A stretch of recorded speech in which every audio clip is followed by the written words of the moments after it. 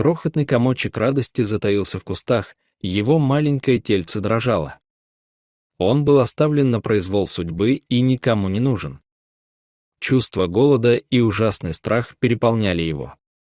Рядом с его убежищем проходила дорога, где мчались автомобили. Их гул пугал малютку, и ему казалось, что его жизнь вот-вот оборвется. Но судьба этого котенка сложилась иначе. Артем понял, что пора подниматься, едва лишь первые лучи солнца пробили сквозь шторы.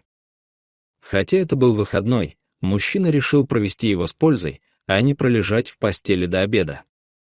Он собирался отправиться в строительный магазин за материалами для ремонта своего старенького домика. Артему было 35, он жил один, но за его плечами уже был не сложившийся брак. Мужчина отличался добрым и жизнерадостным нравом, встречая все неудачи с улыбкой.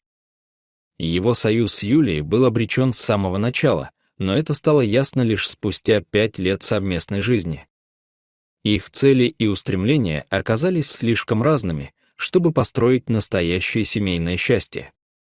Артем мечтал о детях, в то время как Юля желала лишь богатой жизни и полного удовлетворения своих прихотей. Именно она и подала на развод, окончательно разочаровавшись в жизни с мужем-дворником.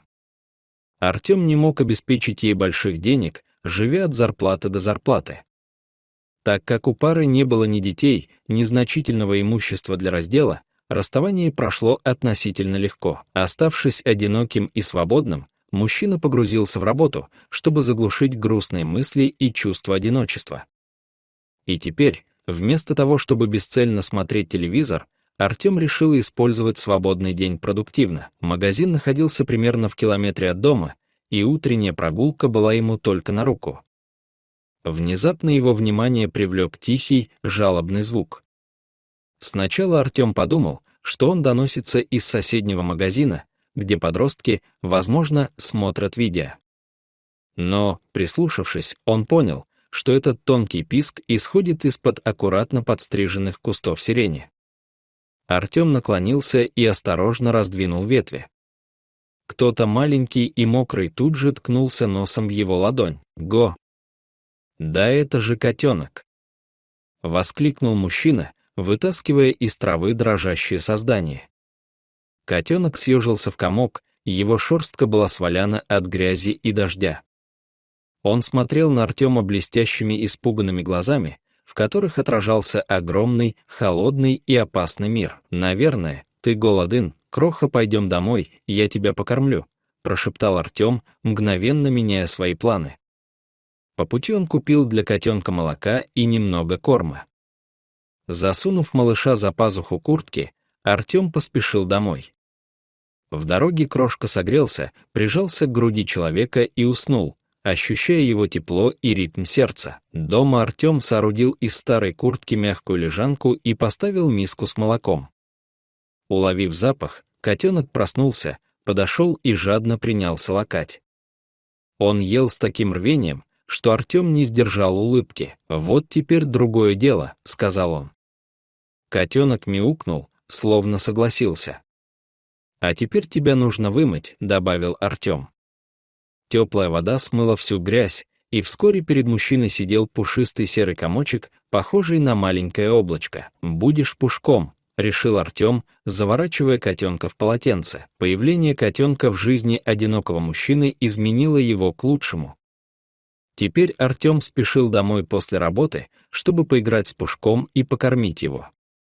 Котенок бегал за ним по пятам, карабкался на диван, а иногда засыпал прямо на его коленях. Пушок быстро рос, становясь ловким, смышленым и красивым котом. Он всегда чувствовал настроение хозяина, если Артем грустил, кот ложился рядом и тихо мурлыкал. Благодаря ему в доме вновь поселились тепло и жизнь. Соседи часто улыбались, видя Артема с котом на руках, тот выглядел по-настоящему счастливым. Но однажды все изменилось. В тот роковой день лил сильный дождь, и Артем решил поехать на работу на машине. Пушок явно беспокоился, он ходил за хозяином по пятам, мяукал и не давал выйти из дома. «Что с тобой, Пушок?» — удивился Артем. «Я скоро вернусь». «Нужно забрать бумаги», — сказал он, поглаживая кота по голове. Но кошки чувствуют то, что недоступно человеку. Когда машина выехала со двора, Пушок вскочил на подоконник и начал громко мяукать, словно пытаясь предупредить об опасности. К сожалению, его предчувствие оправдалось. На мокрой дороге Артем не справился с управлением. Навстречу выехал грузовик и, стараясь избежать столкновения, его старый «Форд» съехал в кювет и перевернулся. Когда прибыли спасатели, они едва поверили, что кто-то мог выжить. Но Артем дышал. Его срочно доставили в больницу и подключили к аппаратам. Дома Пушок ждал. День, 2, 3, хозяин не возвращался. Кот ел корм из открытого мешка, пил из миски, но чаще просто сидел у двери. Соседи, слышавшие его жалобное мяуканье, решили навестить Артема, но, не найдя его, стали подкармливать кота, а тем временем Артем лежал в реанимации без сознания. Врачи не знали, придет ли он в себя. В отделении начали поговаривать о необходимости освободить койку. Только одна медсестра, Марина, была против. Она ухаживала за Артемом с самого начала и не могла смириться с мыслью, что жизнь молодого мужчины оборвется вот так. Она видела в нем человека, заслуживающего второго шанса, и именно в тот момент, когда вопрос об отключении аппаратов уже решался, Пушок внезапно почувствовал тревогу. Он вскочил, пробежал по комнате, мяукнул и выскочил на улицу под дождь. Никто не понимал, куда он бежит, но кот, будто ведомый незримой силой, нашел дорогу к больнице. Люди удивлялись, видя, как мокрый кот мчится через двор и подбегает к дверям приемного покоя. В тот миг, когда врачи готовились отключить аппараты, по коридору раздалось громкое мяуканье. Все обернулись. Марина первая заметила кота. «Это же его питомец», — прошептала она. Пушок вскочил на кровать, прижался к руке хозяина и тихо замурлыкал. В палате воцарилась тишина.